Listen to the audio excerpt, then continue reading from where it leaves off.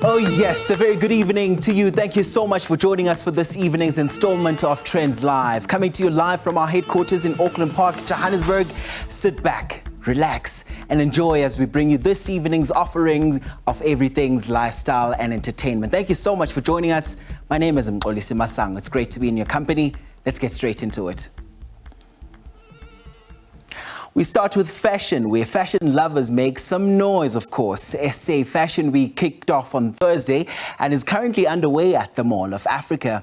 So a lot has happened in celebration of the fashion spectacle. Producer Asanda Zondi spoke to a designer whose collection for autumn-winter 2023 is being showcased at this year's SA Fashion Week. And luckily, she also bagged an invite to the fashion soiree. Take a look at what happened prior to SA Fashion Week. 27 designers are launching their new collection on the SA Fashion Week runway, which is currently taking place at the Mall of Africa here in Johannesburg. This year marks 41 seasons since the inception of the SA Fashion Week in 1997. We got a chance to catch up with one of the designers showcasing their new collection. Rubicon was founded in 2002 and they've been participating in the SA Fashion Week for over 15 years now. I mean, we need to know why the girl keeps going back, what that is doing for her business. But guys, before we get to it, look at this baby that I'm wearing. I'm the founder of Rubicon and I created it in 2002. But before then, I've always loved to, dress up, and I started making clothes at a very young age, probably maybe the age of 7.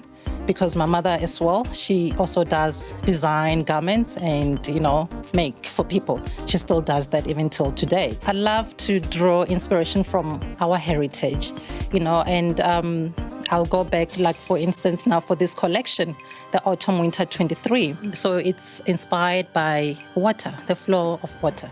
How, as a fashion designer who's starting out, there's someone who's starting out at Fashion Week, it's their first time showcasing their collection, and what can they learn from you? What lesson can you give them? At some point, they get to grow like you. My own method is I don't believe in rapid growth. I believe in working onto your, your production, because I've seen many businesses that have come in and go, especially in my industry. The people that I've started with, they're no longer here because there was just rapid growth. And don't be fame hungry. Fame will come. It will come. Thank you so much, Sis Hwange, for your time. We appreciate this, the lessons, and wish you all the best going forward. Now, before the main event, SA Fashion Week title sponsor hosted an opulent opening party. And as usual, we made it to the party where we also find out from different media personalities what Fashion Week means for all fashion designers. It's such a beautiful opportunity for youngsters to showcase their different trends and different styles. It's also very good for us because I'm on a fashion show, so I learn more about the industry and just how designers view this industry and how to get your foot in there, and even from there just mingling and interacting with people. So I think it's a beautiful, it's a beautiful interaction for everyone to have. I think for me, it's so important that there's a space that showcases designers. And we get to meet designers that you don't know, even the one that you do know. We get to see new, new trends that they're showcasing. We get to learn a lot, but also designers also get to benefit by actually meeting new clients. It is important to me because I can be able to express myself via fashion. That's what I do, and fashion has always been an escape for me. So to have such events is very important because we get to celebrate people who actually make us feel beautiful, people who actually make us feel important and rich. I think it's something that people need to mark as a priority, that people who are behind all of this, they need to be seen also, they need to be celebrated for their incredible work. And in Bill Cunningham's words, fashion is the armor to survive the reality of everyday life. Guess what? South Africa is officially one of the countries that have experienced the new Corona island on the coast of Colombia in the Caribbean Sea. Producer Selepe Maifadi is out there exploring the 100% natural and eco-friendly island and just basically living her best life. Here's a snippet of the many activities they are taking part in. Hey, what's up, my beautiful trenders? We have been traveling for a good 2 or 3 days, and guess what? We have finally made it to this beautiful island. And I'm here to speak to Maria, who's part of the amazing global team that got to put together this amazingness. How are you doing, Maria? Very good. I'm so happy to have you here. Thank you so much for inviting us. Tell us about this beautiful island. How did you come up with this concept? Okay, so it was a marketing idea. So the creative team of DDV, Colombia, they came up with the idea of why don't Corona have its own island, like a way to represent the imaginary of the brand, like make it tangible so people could experience it and have a relaxation time, a fun time, and enjoy a cold Corona while giving back to nature as you experience today with the corals and as you will on Thursday with the mangrove. And we really just wanted to share it with the world, to showcase what the brand stands for, and that's about natural and being relaxed and living your best life in the outdoors. So we invited some friends of the brand to come and experience this with us. How does it feel to be part of the first team of South Africans to actually come out here on this beautiful island? Well, I tell you what, it's got to be one of the most incredible things that I've done in a very ever, actually. And I feel very privileged to be out here. One of the first groups to come out to Corona Island, to really come and experience it, to see what it's all about. R&R, vibes, good jewels. Well, this is paradise. I can't believe I'm here. I still pinch myself and I'm like, how are we in the Caribbean, in the most lush place on earth? The locals are so amazing. They are friendly with everyone. I think that's the most important thing, that we always keep bringing people back. And then activities, I think that's the cherry on top. But the location is still a dream for me. The corals, like we have kelp. These guys have the most amazing colorful coral reefs with tons of colorful fish and wrasses, parrotfish, like you name it. And then my absolute favorite is something I did not expect. This island is literally a turtle breeding ground. So turtles come to this beach to lay their eggs, and they have the most amazing rehabilitation program where these little dudes just chill in the tub all day until they're about a year old, and then they just get released back into the ocean again. It's actually insane because normally back home you go into the water to cool down. Yeah, the water is the same temperature as outside and there's no breeze, so there's no cooling down, but the water is phenomenal. It is so beautiful, so lush, it's warm, just wraps you up and you feel taken away by the Caribbean. What is that one tip that you feel like to survive on this island, this is what you need to have? How would you advise someone to go through that? Okay, you need to be very patient with the heat because it's really hot here. Yeah, we're melting here. But no, just disconnect. Be aware of yourself. The idea for you guys to come here is that you enjoy nature, reconnect with the outside world after 2 years of being, in a pandemic and away, and make friends, enjoy the company, each other, and just understand that we have a world that we need to take care of, but we can enjoy it while we do so. So that's something we can do. I definitely love that. Let's go and enjoy the rest of this island. We'll catch you on the flip side. Well, Selepe Maifadi definitely knows how to have a good time, and we hope she's capturing all those moments via her smartphone so she can share all those beautiful moments with us. I mean, right at the heart of the Caribbean. Very interesting. Anyway, it's time for us to take a quick break on Trendz Live. When we come back, some smooth, soulful sounds, as well as we also give you something for the art lovers at heart. Stay with us.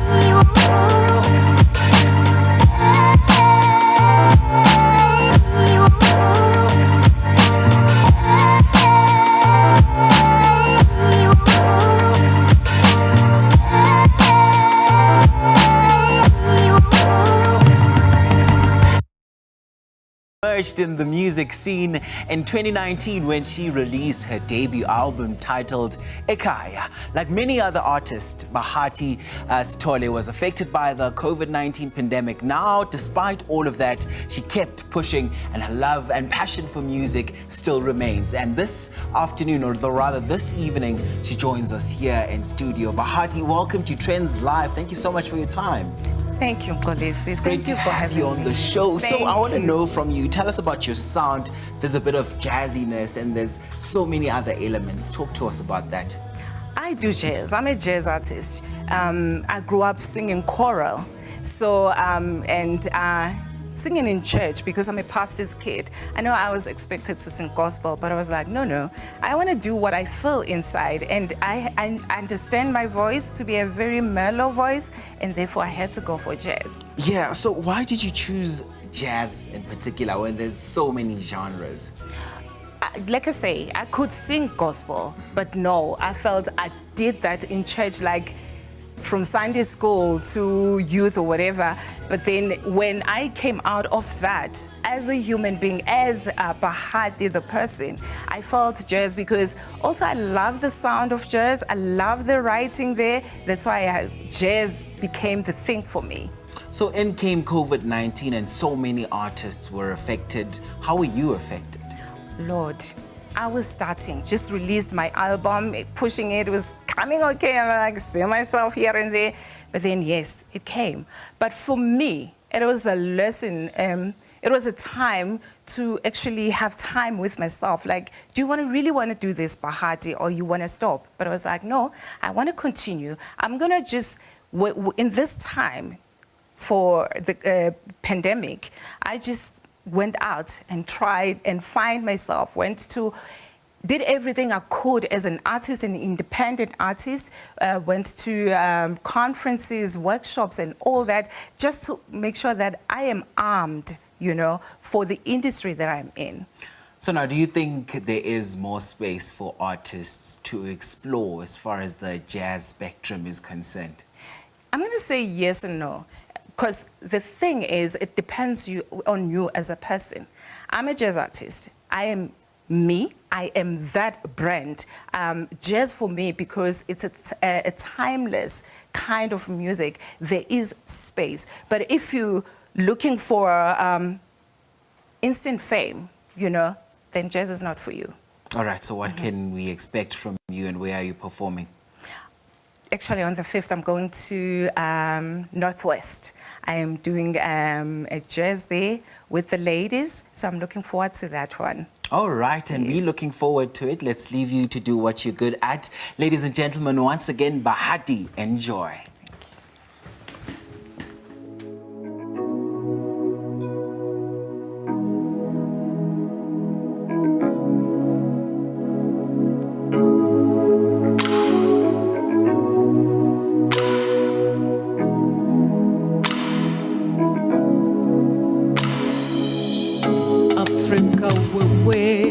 Wewe netaziri una mali yako mwenyewe lakini haujali. Come on, hold your own. You got it, my brother, you got it. You got it, my sister, you got it. Come on, hold your own. Utebile unotile unakonke Africa, my Africa. Utebile unotile unakonke Africa, my Africa. We call it, we time Africa, Africa.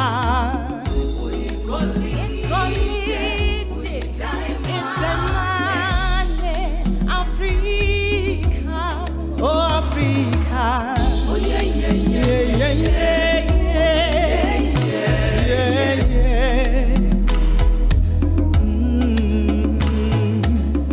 We are words, it's a nigga. Ani uye savuri, yeah. Don't be shy, no. Umlilo ofutayo, unamandla you are wise. Africa, Obohlali, obohlali, igolide, etemane, Africa, uwelayo, igolide, etemane, Africa, Africa, yeah, yeah, yeah, yeah, yeah, yeah, yeah.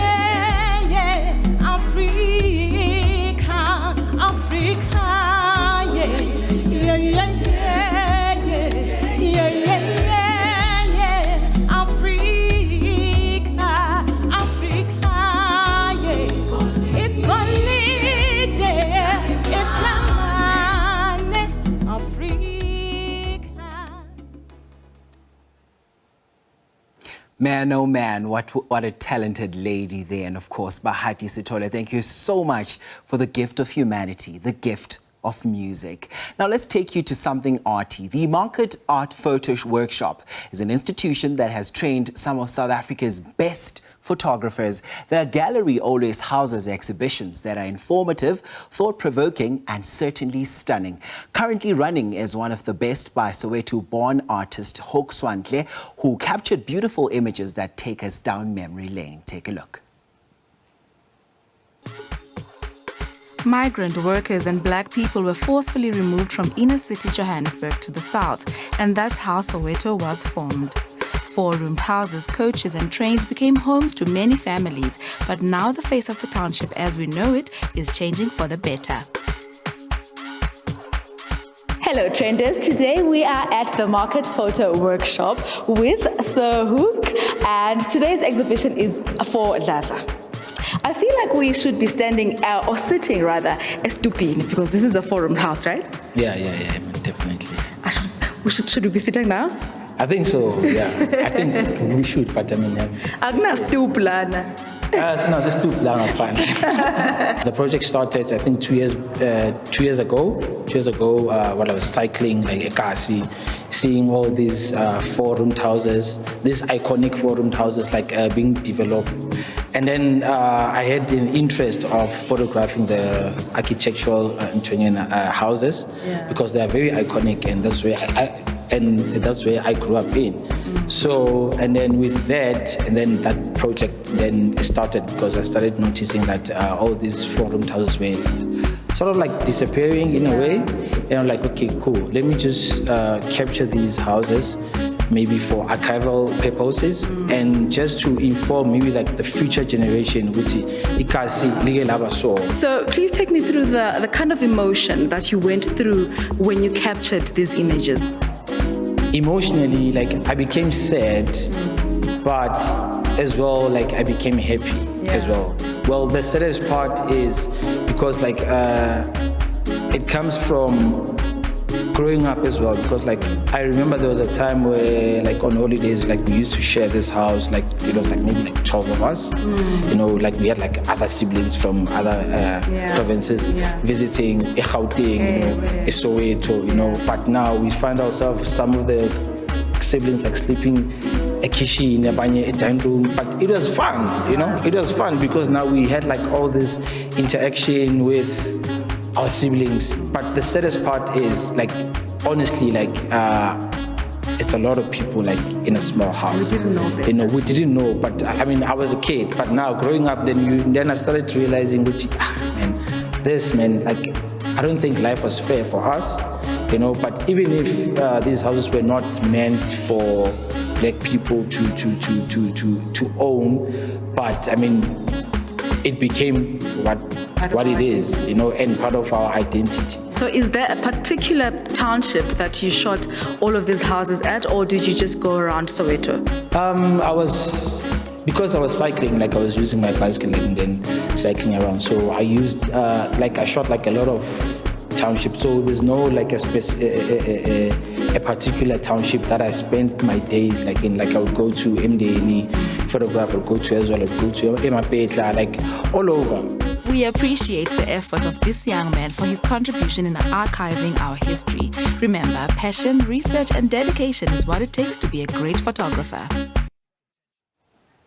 Well, time flies when one is having a good time, but before I go, let me remind you about some of the stories that will feature on our sister show, Trendz Travel, which will broadcast tomorrow at 3:30 on SABC 2. So now producer Nadia Dambuza will be chatting with Soweto-born artist Hoke Sorantle, who has put together an exhibition on some beautiful images that will take you, the viewer, down memory lane about a 4-roomed house that many of us grew up in calling a home. We also take you on an island on the coast of Colombia in the Caribbean Sea, where producer Slepe Maifadi recently visited this natural and eco-friendly place. So do catch that tomorrow at 3:30 on SABC 2. Right, we leave it here for today. Thank you so much for joining us. Till next time, take care.